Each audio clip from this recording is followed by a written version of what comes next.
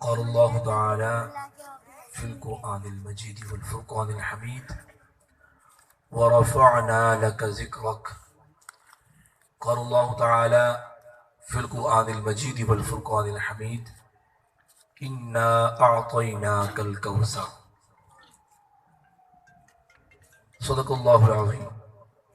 قال الله تعالى في شأن حبيبه صلى الله عليه وسلم لا يؤمن أحدكم حتى أكون أحب إليه من والده وولده والناس أجمعين، أو كما قال عليه الصلاة والسلام. قال الله تعالى في شأن حبيبه صلى الله عليه وسلم إن الله وملائكته يصلون على النبي يا أيها الذين آمنوا صلوا عليه وسلموا تسليما. اللهم صل على سيدنا ومولانا محمد معدن الجود والكرم وآله وبارك وسلم صلاة وسلاما عليك يا سيدي يا سيدي يا رسول اللہ صلی اللہ تعالی علیہ وآلہ وبارک وسلم. الحمدللہ، اللہ رب العزت کا بہت بڑا یہ ہم پر کرم ہے کہ آج ہم ذکر مصطفیٰ صلی اللہ علیہ وسلم کی اس مجلس میں حاضر ہیں. اللہ تبارک و تعالی ہماری حاضری کو اپنی بارگاہ میں قبول فرمائے. اور یہ بزم، یہ محفل، یہ میلاد مصطفیٰ یہ ہر سال سجاتے ہیں ہمارے برادر اکبر جناب مرزا محمد قاسم صاحب اور ان کے صاحبزادگان. یہ مبارکباد کے مستحق ہیں کہ اللہ تبارک و تعالیٰ نے انہیں منتخب کیا ہے. یہ ذکر مصطفیٰ یہ ہر ایک کے حصے میں نہیں آتا، یہ انتخاب ہوتا ہے، اور جس کا انتخاب ہوتا ہے وہی اپنے آقا کا ذکر کرتا ہے. تو میں سب سے پہلے انہیں مبارکباد دوں گا. اللہ تبارک و تعالیٰ ان کا ذوق و شوق سلامت رکھے اور تادم زندگی اسی طرح ذکر سرکار صلی اللہ علیہ وسلم کی یہ محافل سجتی رہیں، اور آپ آتے رہیں، نعت خوان حضرات تشریف لاتے رہیں، اور ہمارے قلوب و اذہان کو حضور نبی کریم صلی اللہ علیہ وسلم کی محبت سے منور، معطر، معمر کرتے رہیں. ایک مرتبہ شوق و محبت کے ساتھ بلند آواز سے درود و سلام پڑھ لیجیے. اللہم صلی علی سیدنا و مولانا محمد معدن الجود والکرم وآلہ وبارک وسلم صلاة و سلاما علیک یا سیدی یا رسول اللہ. یہاں حاضری میری کئی اعتبار سے ہوتی ہے، ہر سال میں یہاں حاضر ہوتا ہوں. ایک تو علی یہ ہمارے شاگرد ہیں، اس کے علاوہ یہاں نشاط سکول اور کالج کے حوالے سے بھی میرے کافی اسٹوڈنٹس بیٹھے ہوئے ہیں. تو جو سکول میں پڑھتے تھے اور کالج میں بھی ماشاءاللہ کافی چہرے میں یہاں دیکھ رہا ہوں. اللہ تبارک و تعالیٰ آپ سب کا آنا اپنی بارگاہ میں قبول فرمائے. قرآن مجید فرقان حمید میں اللہ رب العزت ارشاد فرماتا ہے یا ایھا الذین آمنوا اطیعوا اللہ و اطیعوا الرسول. اے ایمان والو، اللہ کی اطاعت کرو اور اللہ کے رسول کی اطاعت کرو. قرآن مجید میں اللہ رب العزت ارشاد فرماتا ہے وَمَن يُطِعِ اللَّهَ وَرَسُولَهُ فَقَدْ فَازَ فَوْزًا عَظِيمًا، کہ جس نے اللہ اور اس کے رسول کی اطاعت کی اس نے بہت بڑی کامیابی حاصل کی. قرآن مجید میں اللہ رب العزت ارشاد فرماتا ہے مَن يُطِعِ الرَّسُولَ فَقَدْ أَطَاعَ اللَّهَ، کہ جس نے رسول کریم کی اطاعت کی اس نے گویا اللہ ہی کی اطاعت کی. قرآن مجید میں اللہ رب العزت ارشاد فرماتا ہے یا ایھا الذین آمنوا لا تقولوا راعنا وقولوا انظرنا واسمعوا. اے ایمان والو، جب میرے حبیب کی بارگاہ میں تم عرض کرنا چاہو تو راعنا نہ کہنا، بلکہ یوں کہو کہ ہم پر نگاہ کرم فرمائیے اور پہلے ہی توجہ سے ان کی گفتگو سن لیا کرو. قرآن مجید میں اللہ رب العزت ارشاد فرماتا ہے یا ایھا الذین آمنوا، اے ایمان والو، لا ترفعوا اصواتکم فوق صوت النبی، اپنی آوازوں کو نبی کی آواز سے اونچا نہ کرو. ولا تجہروا لہ بالقول کجہر بعضکم لبعض، اور ان کے حضور ایسے گفتگو نہ کرو جیسے آپس میں بات چیت کرتے ہو، ان تحبط اعمالکم وانتم لا تشعرون، کہیں ایسا نہ ہو تمہاری زندگی کے سارے اعمال برباد ہو جائیں اور تمہیں اس کا شعور بھی نہ ہو۔ قرآن مجید میں اللہ رب العزت ارشاد فرماتا ہے ان الذین ینادونک من وراء الحجرات اکثرهم لا یعقلون، بے شک جو آپ کو حجروں سے باہر سے پکارتے ہیں ان میں سے اکثر بے عقل ہیں۔ قرآن مجید میں اللہ رب العزت ارشاد فرماتا ہے قل ان کنتم تحبون اللہ فاتبعونی یحببکم اللہ، اے حبیب آپ فرما دیجئے اگر تم اللہ سے محبت رکھتے ہو تو میری اتباع کرو، اللہ تمہیں اپنا محبوب بنا لے گا۔ سبحان اللہ۔ قرآن مجید میں اللہ رب العزت ارشاد فرماتا ہے وَتُعَزِّرُوهُ وَتُوَقِّرُوهُ، تم میرے حبیب کریم کی تعظیم بھی کرو اور توقیر بھی کرو۔ میں نے آپ کو قرآن کی چند آیات سنائی، اس میں حضور کی عظمت، شان، رفعت، اطاعت، محبت، تعظیم، توقیر، شان علو، آقا کی افضلیت، اس کا بیان ہے۔ ویسے تو آیات بہت ہیں، میں نے چند آیات آپ کو سنائی۔ اب اللہ فرماتا ہے کہ میرے حبیب کی اطاعت، اللہ فرماتا ہے میرے حبیب سے محبت کرو، اللہ فرماتا ہے میرے حبیب کی تعظیم کرو، اللہ فرماتا ہے میرے حبیب کی تکریم کرو، اللہ فرماتا ہے میرے حبیب کی توقیر کرو، اللہ فرماتا ہے میرے حبیب کا احترام کرو، اللہ فرماتا ہے میرے حبیب کی بارگاہ میں رائنا نہیں کہنا بلکہ یوں کہنا ہے کہ یا رسول اللہ نظر کرم فرمائے۔ اللہ فرماتا ہے کہ میرے حبیب کا جو دربار ہے، بارگاہ رسالت ہے، اس میں عرض کرنے کے بھی مینرز ہیں، ایٹیکیٹس ہیں، گفتگو کرنے کا بھی سلیقہ اور کرینہ ہے۔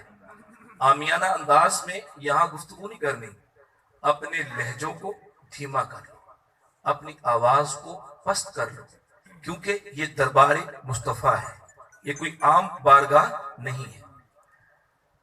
ہم آئے 1400 سال کے بعد، اللہ فرماتا ہے میرے حبیب کی تعظیم کرو، توقیر کرو، ادب کرو، احترام کرو، محبت کرو، اطاعت کرو۔ ہم آئے 1400 سال کے بعد، اب ہم نہیں جانتے تعظیم مصطفیٰ کیا ہے، ہم نہیں جانتے تکریم مصطفیٰ کیا ہے، ہم نہیں جانتے ادب مصطفیٰ کیا ہے، ہم نہیں جانتے اطاعت رسول کا تقاضا کیا ہے، ہم نہیں جانتے کہ تعظیم مصطفیٰ کی ڈیفینیشن کیا ہے، تعظیم مصطفیٰ یہ کیسے ہوگی۔ ہم نہیں جانتے کہ حضور نبی کریم صلی اللہ علیہ وسلم کے ساتھ ایک امتی کا تعلق کیسا ہونا چاہیے۔ ہم تو آئے 1400 سال کے بعد، اب اس کا حل کیا ہے؟ ہمیں کیسے پتہ چلے گا کہ ادب رسول کیسے کرنا ہے، تعظیم مصطفیٰ کیسے کرنی ہے، حضور نبی کریم صلی اللہ علیہ وسلم کی اطاعت اور محبت اور ایک امتی کا اپنے آقا سے تعلق کیسا ہونا چاہیے؟ اللہ تبارک و تعالیٰ نے ہم پر کرم فرمایا، کتنا بڑا کرم فرمایا، اتنا بڑا احسان ہے، ہم ساری زندگی بھی اس کا شکر ادا کریں، ہم شکر ادا نہیں کر سکتے۔ آپ جانتے ہیں، لیکن جس اینگل سے میں آپ کو سمجھانا چاہ رہا ہوں آپ نے توجہ کرنی ہے۔ اللہ رب العزت کا ہم پر اتنا بڑا احسان، اتنا بڑا کرم کہ اگر یہ کرم نہ ہوتا تو ہم نہ جانتے محبت رسول کیا ہے، تعظیم رسول کیا ہے، تکریم رسول کیا ہے، ادب مصطفیٰ کیا ہے، اس دربار کے حاضری کے آداب کیا ہے، ایک امتی کا اپنے آقا سے تعلق کیسا ہونا چاہیے۔ قرآن تو ہم نے پڑھا، قرآن بار بار ذات مصطفیٰ کو بیان کر رہا ہے، لیکن اس کا پریکٹیکل، اس کی ایگزامپلز، اس کا نمونہ یہ ہم کہاں سے لیں؟ کس کو فالو کریں؟ کس کو دیکھیں کہ ہم میں وہ کرینہ، وہ سلیقہ، ذات مصطفیٰ سے تعلق وہ ہم میں آ جائے۔ اللہ رب العزت نے کرم فرمایا، ہمیں حضور نبی کریم صلی اللہ علیہ وسلم کے پیارے صحابہ کی جماعت عطا فرمایا۔ سبحان کیا کہا میں نے؟ صحابہ کی جماعت عطا فرمائے. یعنی محبت رسول سیکھنی ہے تو عرب کی تپتی ہوئی ریت پر لیٹے ہوئے کوڑے کھاتے ہوئے بلال حبشی سے سیکھو. اگر ادب رسول سیکھنا ہے، عبداللہ بن عمر حضور کے غلام، ان کی زندگی تمہارے سامنے ہے، یہ تمہیں بتائیں گے ادب رسول کیا ہے. اور عشق مصطفیٰ تم نے سیکھنا ہے کہ عشق کہتے کسے ہیں، تو یار غار مصطفیٰ ان کی زندگی تمہارے سامنے موجود. حضرات صحابہ انہوں نے ہم پر کتنا بڑا احسان کیا. اگر ہم صحابہ کو درمیان سے نکال دیں، اپنے آقا صلی اللہ علیہ وسلم سے جو ہمارا تعلق ہے یہ صحابہ کے ذریعے سے، اگر یہ واسطہ درمیان سے نکال دیں تو دین ہم تک نہیں پہنچتا. کیا کہا میں نے؟ آپ دین ہم تک، بلکہ میں ایک سٹیپ آگے بڑھ کر بات کرنا چاہ رہا ہوں کہ قرآن کا قرآن ہونا، قرآن کا قرآن ثابت ہونا بھی ہمارے لیے، قرآن کا قرآن ثابت کرنا بھی ہمارے لیے مشکل ہو جائے. کیسے؟ آپ کہیں گے بڑی بات کر دی. کیسے؟ قرآن کس میں نازل ہوا؟ ہمارے آقا صلی اللہ علیہ وسلم. قرآن میرے آقا نے لکھوایا کن سے؟ بولیے. قرآن کو لکھنے والے کون تھے؟ کون تھے جی؟ صحابہ تھے. قرآن کو لکھنے والے کون تھے؟ صحابہ. یہ جو آپ پڑھتے ہیں نا وَالضُّحَىٰ وَاللَّيْلِ إِذَا سَجَىٰ مَا وَدَّعَكَ رَبُّكَ وَمَا قَلَىٰ، یہ جو آپ پڑھتے ہیں نا یاسین وَالْقُرْآنِ الْحَكِيمِ إِنَّكَ لَمِنَ الْمُرْسَلِينَ، یہ جو آپ پڑھتے ہیں نا یا ایھا المزمل قم اللیل الا قلیلا، یہ جو آپ پڑھتے ہیں نا سبحان الذی اسری بعبدہ لیلا من المسجد الحرام الى المسجد الاقصی. آپ کہتے ہیں قاری صاحب دل میں ٹھنڈ پیدا ہو گئی ہے. قرآن سنا دیا آپ نے، ذرا اور سنائیے اور سنائیے. محبوب کا تذکرہ ہے، محبوب کے حسن کا تذکرہ ہے، جلوہ جانا کا تذکرہ ہے، شہر یار کے کوچہ و بازار کا ذکر ہے. سناتے جائیے نا. لا اقسم بہذا البلد وانت حل بہذا البلد. دل میں ٹھنڈ پیدا ہو گئی، دل کو بھی وجد آ گیا. یہ قرآن لکھا کس نے ہے؟ صحابہ نے لکھا ہے. کس نے لکھا ہے؟ صحابہ نے. اور قرآن کو کتابی شکل کس نے دی؟ صحابہ نے. اور قرآن کو ایڈٹ کر کے، یعنی کتابی شکل میں کمپائل کر کے قرآن کو پوری دنیا میں کس نے پہنچایا؟ صحابہ نے. قرآن کو لغت قریش پہ جمع کرنے والے کون ہیں؟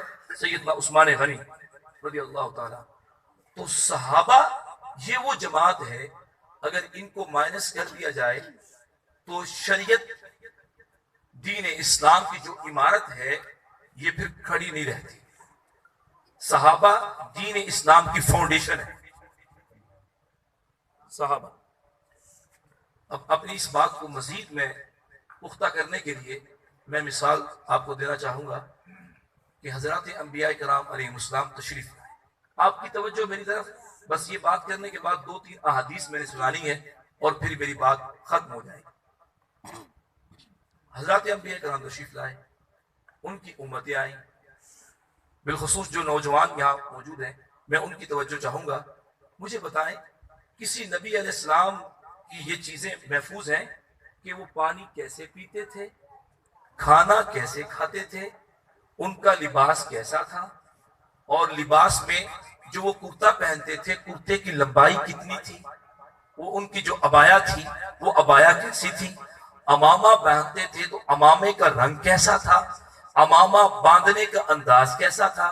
نبی علیہ السلام نے اپنے سر پہ تیل لگایا تو تیل کیسے لگایا، سر میں مانگ کی تو مانگ کیسے کی، آنکھوں میں سرما لگایا تو سرما لگانے کا انداز کیا تھا، مسواک کیا تو مسواک کرنے کا انداز کیا تھا. وہ نبی علیہ السلام کیسے چلتے تھے، کیسے بیٹھتے تھے، کیسے بولتے تھے، کیسے سوتے تھے، کھانے میں ان کو کیا کیا پسند تھا، نہیں ملے گا آپ کو.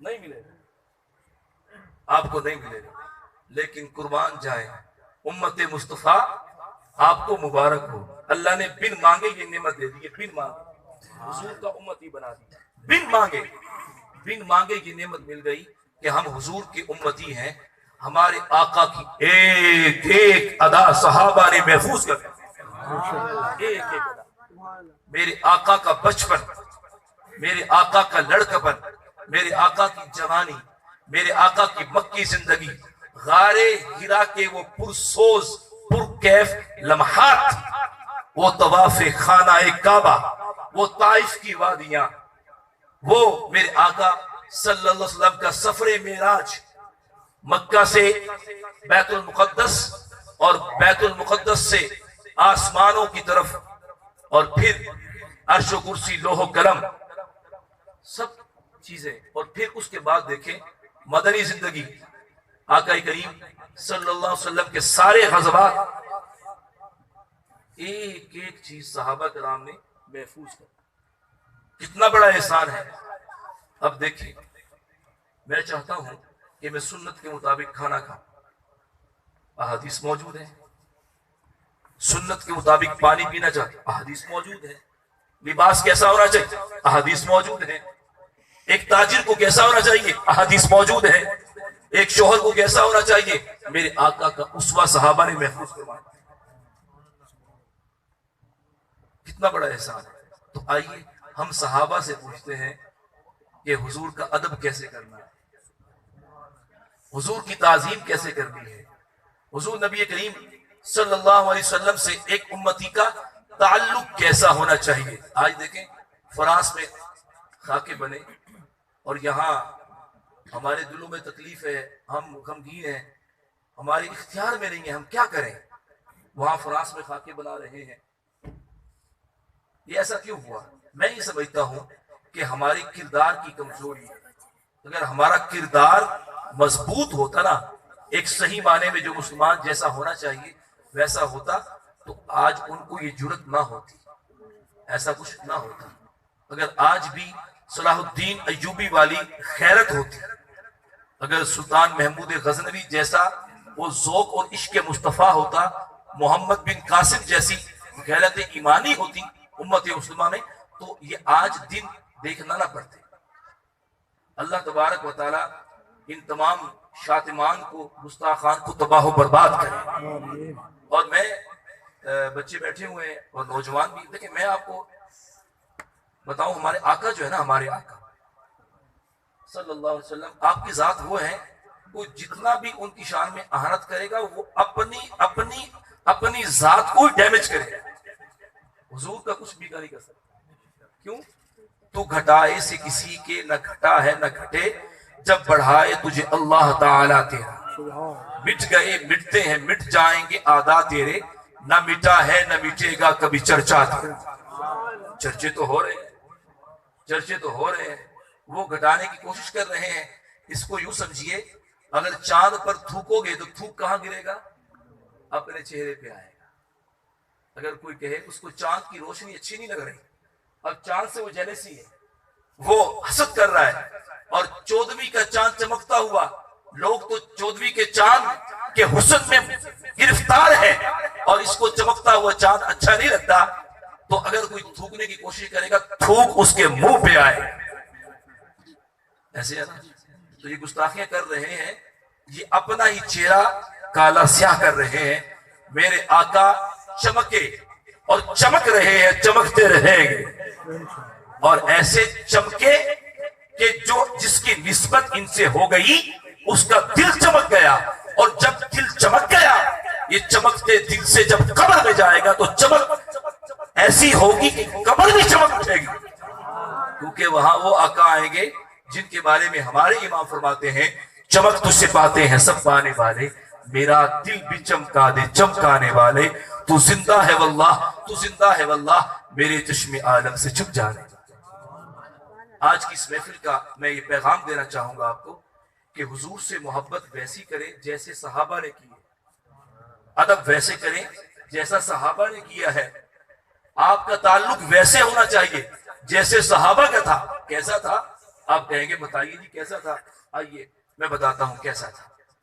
حضرت عمر بن عاص رضی اللہ تعالی عنہ فرماتے ہیں کہ ہمارے آقا صلی اللہ علیہ وسلم سے بڑھ کر ہمیں کوئی محبوب نہ تھا، اور اگر تم مجھے یہ کہو نا کہ حضور صلی اللہ علیہ وسلم کا حلیہ بیان کرو تو میں نہیں کر سکتا، حالانکہ حضور کی بارگاہ میں بیٹھنے والے، صبح اور شام لیل و نہار حضور کی خدمت میں بیٹھنے والے، کیا حضور کو دیکھا نہیں ہے؟ دیکھا ہے، لیکن بات کیا ہے؟ کتنی بڑی بات کر گئے، کتنی بڑی بات کر گئے۔ دیکھو آج میں بھی، میرے دل کے اندر بھی بات ہوگی، آپ کے دل میں بھی ہوگی کہ سرکار صلی اللہ علیہ وسلم ہمیں اپنا جلوہ دکھائے۔ سبحان، ہر عاشق، ہر مومن اس کی یہ خواہش ہوتی ہے، لیکن جو صالحین ہے نا وہ کہتے ہیں کیا ہماری آنکھیں اس قابل ہیں کہ اپنے آقا کو دیکھ سکیں؟ کیا ہم نے اپنے دل کو ان کی تشریف آوری کے قابل بنایا ہے؟ کیا ہمارا دل ایسا ہے کہ ہمارے آقا یہاں تشریف لا سکے؟ پہلے اس دل کو ان کے قابل بناؤ، ان آنکھوں کو دیکھنے کے قابل بناؤ، پھر عرض کرو یا رب جلوہ محبوب دکھا دے۔ وہ فرماتے ہیں کہ اگر ہمیں کہا جائے کہ آقا صلی اللہ علیہ وسلم کا حلیہ مبارکہ بیان کرو تو میں بیان نہیں کر سکتا۔ کیوں جی آپ بیان کیوں نہیں کر سکتے؟ تابعین نے پوچھا ہوگا تو کہنے لگے کہ خدا کی قسم کبھی ہم نے اپنے آقا کو آنکھ بھر کے دیکھا ہی نہیں ہے۔ حضور کی شان جلالت، آپ کا مقام علو، اس کا روپ اتنا تھا کبھی ہم نے آنکھ بھر کے دیکھا ہی نہیں تھا۔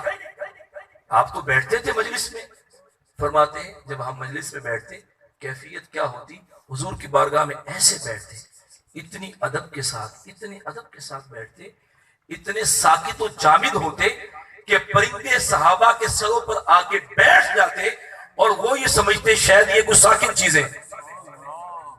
یہ دربار رسالت کا ادب اور صحابہ کا انداز دیکھیں۔ جب مدینہ طیبہ میں صحابہ آتے نا باہر سے، مدینہ طیبہ میں انٹر ہوتے تو ان کی کیفیت کیا ہوتی؟ اپنے آقا کو دیکھتے تو لپکتے اپنے آقا کی طرف، اور سب سے پہلے کیا کرتے؟ سلام کرنے کے بعد ان کا جو عمل ہوتا وہ آقا صلی اللہ علیہ وسلم کا دست اقدس اپنے ہاتھ میں لیتے اور آقا کے ہاتھ کو بوسا۔ اچھا ہاتھ کو بوسا دے دیا، پھر کیا کرتے؟ اس کے بعد آقا صلی اللہ علیہ وسلم کے پاؤں چومتے۔ یہ صحابہ کا ادب تھا۔ بتایا کہ اپنے آقا سے تعلق امتی کا ایسا ہونا چاہیے، جس کو محبوب بنا دیا ہے نا، پھر محبوب کے سامنے گدا، نوکر، خادم اس کی کوئی حیثیت نہیں ہوتی۔ وہ تو ہوتا ہی گدا ہے، وہ تو ہوتا ہی نوکر ہے۔ نوکر کہاں، آقا کہاں، مولا کہاں، آقا کہاں، سرور کہاں، مالک کہاں؟ وہ تو محبوب رب لم یزل ہے۔ اور دیکھیے آپ نے کسی سے ملنا ہو، کسی کے گھر جاتے ہیں، آپ اس کو اطلاع دیں گے، کیسے اطلاع دیں گے؟ کال کر لیں گے آپ، لیکن جب گھر پہنچیں گے تو کیا کریں گے؟ دستک دیں گے، ایسے ہے نا، دستک دیں گے، بیل دیں گے، دروازہ نوک کریں گے تاکہ اس کو پتہ چل جائے کہ باہر آیا ہوا ہے۔ صحابہ ایسے نہیں کرتے۔ میں بتانا چاہ رہا ہوں کہ آج امت کا تعلق اپنے آقا سے کمزور ہو گیا۔ ہمیں ہر ایک کا پتہ ہے لیکن اپنے آقا کے بارے میں ہماری انفارمیشنز بہت کم ہیں، ہمیں نہیں پتا ہمارے آقا صلی اللہ علیہ وسلم کی روز و شب، آپ کی سنتیں، آپ کے لیل و نہار، آپ کی زندگی کیسی تھی ہم نہیں جانتے۔ دنیا کے ساری انفارمیشنز ہمارے پاس ہے۔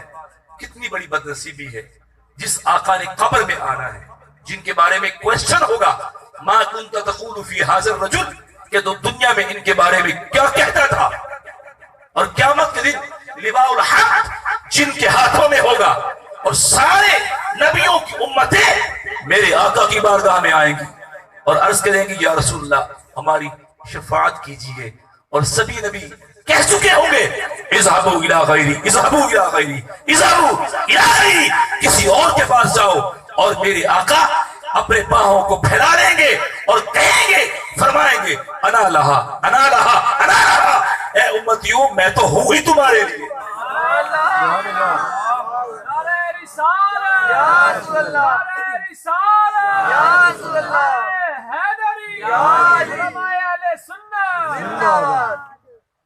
کہیں گے اور نبی اذهبوا الى غیری، میرے حضور کے لب پر انا لہا ہوگا، میرے سرکار کے لب پر انا لہا ہوگا. اب دیکھیے ان آقا سے تعلق ہمارا کمزور ہو گیا. ہمیں نعت سن کے رونا نہیں آتا، ذکر مصطفیٰ سے ہماری آنکھیں اشک بار نہیں ہوتی، دل میں وجدانی کیفیت طاری نہیں ہوتی، ہمارے جسم پر لرزہ طاری نہیں ہوتا. کیا وجہ ہے؟ تعلق مصطفیٰ میں کمزوری ہو گئی. صحابہ کا انداز کیا؟ صحابہ آتے دستک نہیں دیتے تھے. اب دیکھیے کیا کرتے، وہ اپنے ناخنوں سے دروازے پر دستک دیتے تھے. اب دیکھیے یہ میں نے یہاں پر ناخن مارے، آپ کو آواز آئی؟ صحابہ جب دربار رسالت کاشان نبوت وہاں پر حاضر ہوتے اور دروازے پر اس انداز اپنے ناخنوں سے دستک دیتے. اب آواز تو پیدا نہیں ہونی، پھر کیوں دستک دیتے ہیں؟ پہلی بات تو یہ ہے کہ وہ اس دربار کا ادب کر رہے ہیں کہ دستک دیں گے آواز پیدا ہوگی، یہ آواز پیدا ہونا بھی بے ادبی ہے. تو پھر ناخنوں سے دستک دینا، جب آواز ہی نہیں جائے گی تو پھر دستک دینے کا مقصد ناخنوں سے آواز ہی پیدا نہیں ہوئی، مقصد ہی پورا نہیں ہوا. یہ کیا لاجک ہے اس میں؟ صحابہ نے بتا دیا کہ ہم جن کی بارگاہ میں آئے ہیں وہ جانتے ہیں باہر کون کھڑا ہوا ہے. سبحان اللہ، سبحان اللہ.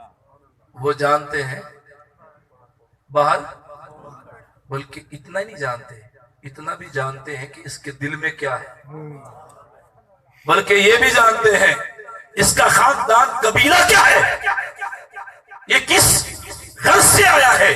کیونکہ جو ہو چکا ہے، جو ہوگا، حضور جانتے ہیں. تیری عطا سے خدایا حضور جانتے ہیں، حضور جانتے ہیں، حضور جانتے ہیں. صحابہ کا یہ عقیدہ، یہ یقین تھا کہ ہمارے آقا ہمارے دل کے حال سے بھی باخبر ہے، اور وہ جانتے ہیں کہ سائن دربار پہ آ چکا ہے اور اس کے دل میں یہ سوال ہے. کیا عشق، کیا وارفتگی، کیا تعلق، کیا ذوق، کیا حضور پر فدا ہونے کا جذبہ. حضرات صحابہ کرام علیہ رضوان. اب چلیے آگے. ابو ذرا صحابی ہیں، وہ کہتے ہیں میں نے ایک منظر دیکھا بڑا. دیکھیے کوئی بڑے سے بڑا شخص ہو، کوئی پرائم منسٹر آپ کنسیڈر کر لیں، اور علمی لحاظ سے کوئی شیخ الحدیث آپ دیکھ لیں، کوئی شیخ پیر صاحب دیکھ لیں. کبھی آپ نے یہ منظر نہ سنا ہوگا نہ دیکھا ہوگا کہ وہ بال ترشوائیں اور لوگ ان کے بال لینے کے لیے جھپٹ رہے ہوں. راوی کہتے ہیں میں نے بڑا عجیب منظر دیکھا. آقا صلی اللہ علیہ وسلم تشریف فرما ہے اور حلاق آیا، حلاق آپ کے منہ مبارک، آپ کے مقدس بال تراشنے لگا. میں نے کیا دیکھا کہ صحابہ آقا صلی اللہ علیہ وسلم کے ارد گرد چکر لگا رہے ہیں، پھیرے لگا رہے ہیں. کس لیے؟ اس لیے کہ جو بال تراشے جا رہے ہیں یہ زمین پر نہ گرے بلکہ ہمارے دامن میں آ جائیں، ہمارے ہاتھوں میں آ جائیں، ہمارے ہاتھوں میں. یہ تعلق تھا صحابہ کا. اور آج امتی کہتا ہے میلاد کہاں لکھا ہوا ہے جی، یہ نعت پڑھنا کہاں لکھا ہوا ہے، یہ گھر کو سجانا کہاں لکھا ہوا ہے. آپ عالم نہیں ہیں، آپ انہیں کہیں یہ کتابیں عشق میں لکھا ہوا ہے اور یہ ہمارے مقدر میں لکھا ہوا ہے. سرکار کے گن گانا، سرکار کی تعریف و توصیف کرنا رب نے ہمارے مقدر میں لکھ دیا ہے، اور یہ کتابیں عشق میں لکھا ہوا ہے. تجھے کیا پتا محبت کسے کہتے ہیں، عشق کسے کہتے ہیں، وارفتگی کسے کہتے ہیں. اگر عشق سیکھنا چاہتے ہو تو بلال حبشی رضی اللہ تعالی عنہ کی نالین کی خاک تمہیں حاصل کرنی پڑے گی، پھر پتا چلے گا کہ تعلق مصطفیٰ کیا ہے، محبت رسول کیا ہے، اطاعت رسول کیا ہے. آخری بات، عروہ بن مسعود ثقفی، قبیلہ بنو ثقیف کا سردار. قوم نے کہا دیکھ کے آؤ، تھوڑے سے لوگ ہیں، وطن چھوڑ دیا، سارا مال قربان کر دیا، اور غزوہ بدر میں 313 دشمن 1000 شکست دے دی دشمن کو، اور نہ اسلحہ نہ ہتھیار، اور اپنے آقا پر جان نچھاور کرنے والے ہیں۔ کیا چیز ہے ان کے پاس، کتنی طاقت ہے ان کے پاس، ان کے ذہنوں میں کیا فیڈنگ ہے، ان کے آقا ان کی تربیت کیسے کرتے ہیں، وہ دیکھ کے تو آؤ کیا چیز ان کے پاس ہے۔ اب عروہ بن مسعود ابھی مسلمان نہیں ہوئے، انہوں نے جو منظر دیکھا وہ منظر آپ سنیے، اور اسی پر ہی میری بات مکمل ہو جائے گی۔ انہوں نے بڑا عجیب منظر دیکھا، وہ کیسر و کسریٰ کے درباروں میں جانے والا، شاہی دربار کے جو مینرز ہیں عروہ سب جانتے تھے، لیکن جو کچھ انہوں نے دیکھا نہ کبھی پڑھا نہ دیکھا نہ سنا۔ اپنی قوم سے کہتے ہیں فواللہ ما تنخم رسول اللہ صلی اللہ علیہ وسلم نخامتن، اے میری قوم میں بڑا عجیب منظر دیکھ کے آیا ہوں، میں نے ایسا منظر دیکھا ہے، میں کسی آقا کسی مالک کسی سردار کے ساتھ اس کے خادموں کا ایسا تعلق میں نے نہیں دیکھا۔ انہوں نے کہا کیا دیکھ کے آئے، ایسی کون سی چیز دیکھ کے آ گئے؟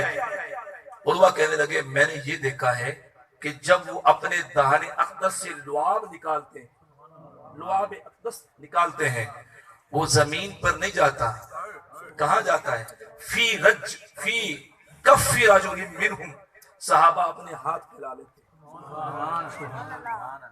عرض کرتے ہیں آقا ادھر، آقا ادھر، آقا ادھر، آقا ادھر، اپنے ہاتھوں کو پھیلا لیتے ہیں، اور لعاب دہن اقدس حضرات صحابہ کرام کے ہاتھوں میں جاتا ہے۔ پھر کرتے کیا ہے؟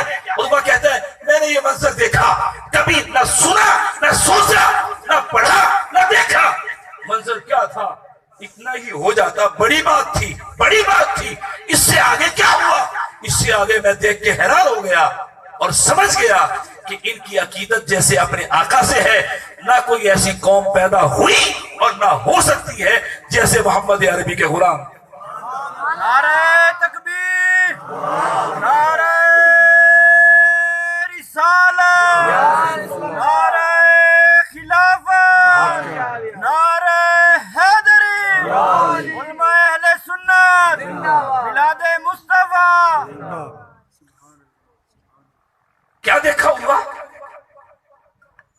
وہ کہنے لگے بڑا اچھا منظر دیکھا، اپنے ہاتھوں پہ لعاب لے لیا، کافی تھا، لیکن اس کے بعد میں نے منظر دیکھا فَدَلَكَ وَجْهَهُ وَجَلَدَهُ، وہ اپنے ہاتھوں کو جس پر لعاب دہن اقدس لگا ہوا ہے کیا کرتے ہیں؟ اپنے چہروں پر اپنے جسموں سے ملتے ہیں، اپنے جسموں سے مل رہے ہیں، حضور کے لعاب دہن اقدس کی برکتیں اپنے جسموں میں منتقل کر رہے ہیں۔ اٹھائیے صحابہ ستہ بڑے بڑے محدثین نے اس حدیث کو روایت کیا ہے اور بتا دیا اے امتی تیرا تعلق اگر اپنے آقا سے اس جیسا ہوگا تو پھر تجھے حضور کی شفاعت نصیب ہوگی، اگر ایسا تعلق ایسا ذوق ایسا شوق اور ایسا عشق نہیں ہے تو پھر ساری زندگی یہ ناکامی ہی ناکامی ہے، یہ زندگی رائگاں ہے، یہ زندگی فضول ہے۔ آج کی اس مجلس کا یہ پیغام ہے کہ اے امت مصطفیٰ اپنے آقا سے اتنی محبت کر جیسے صحابہ نے محبت کر کے دکھائی ہے، دل میں حضور کے بارے میں ایک بال برابر بھی نقص کا گمان بھی نہیں ہونا چاہیے، بالکل سوچ میں نہیں ہونی چاہیے کہ میرے آقا کے اندر یہ عیب نہیں ہے۔ وہ کمال حسن حضور ہے کہ گمان نقص جہاں نہیں، یہی پھول خار سے دور ہے، یہ وہ شمع ہے کہ دھواں نہیں۔ اور میرے امام فرماتے ہیں کہ کروں تیرے نام پہ جا فدا، نہ بس ایک جا دو جہاں فدا، دو جہاں سے بھی نہیں جی بھرا، کروں کیا کروڑوں جہاں نہیں۔ اور فرماتے ہیں تیرے آگے یوں ہے دبے رچے فصحا عرب کے بڑے بڑے، کوئی جانے کے منہ میں زبان نہیں بلکہ جسم میں جا نہیں، اور کرو مدح اہل دور رضا، پڑے اس بلا میں میری بلا، میں گدا ہوں اپنے کریم کا، میرا دین پارا نان۔ حضور کی امتی ہونے کا حق ادا کیجیے۔ حضور کا عاشق بے نمازی نہیں ہوتا،